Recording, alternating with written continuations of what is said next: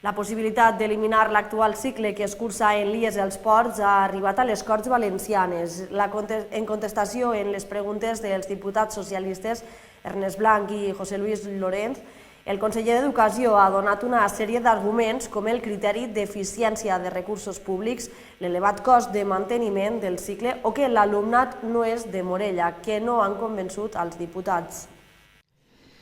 El conseller d'Educació, José Antonio Rovira, ha contestat a les preguntes formulades pels diputats socialistes Ernest Blanch i José Luis Lorenz respecte a l'eliminació del mòdul de guia en el medi natural i temps lliure que actualment s'imparteix en el IES als Ports de Morella i que compta amb vora 40 alumnes.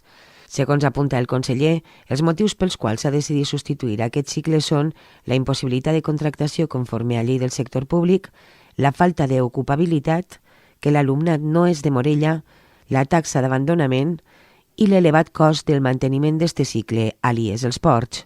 El conseller conclou que si amb l'oferta de titulats dels altres dos centres que imparteixen aquest cicle a Castelló es cobreixen amb excés les ofertes de treball de les empreses d'oci i temps lliure de la província, s'estan desaprofitant recursos de l'administració. Els arguments no han convençut als socialistes que tilden les respostes de falta de sensibilitat i visió de l'educació pública i d'FP al territori i de menyspreu a la justícia d'equilibri entre territoris, poc favor fa a la lluita contra el despoblament.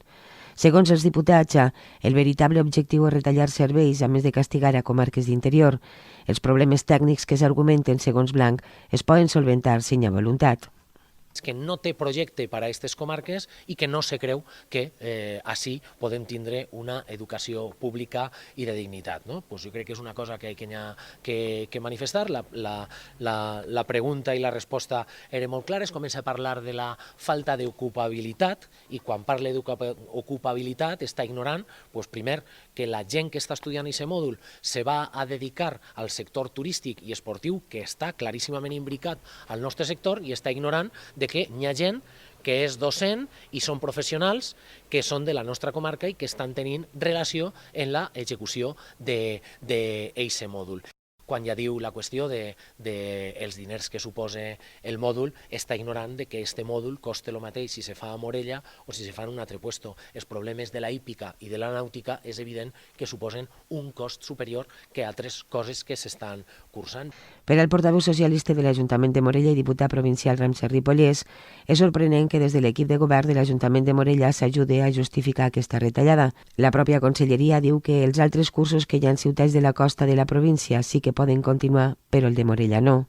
Si lamentables mos pareixen i preocupants la contestació oficial del conseller, pues, també mos pareix molt preocupant que des els regidors de l'equip de govern de l'Ajuntament de Morella i del Partit Popular s'apoye el que és el posicionament de la conselleria.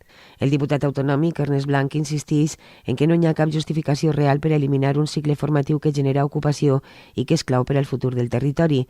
Per això han exigit a la conselleria que rectifique i que no continuï la retallada de recursos en l'ensenyament públic. El que té que fer la conselleria és rectificar en tot això. Si això fora un problema tècnic, el que té que fer és resoldre-ho tècnicament, però el que estem donant compte és que realment és un problema polític.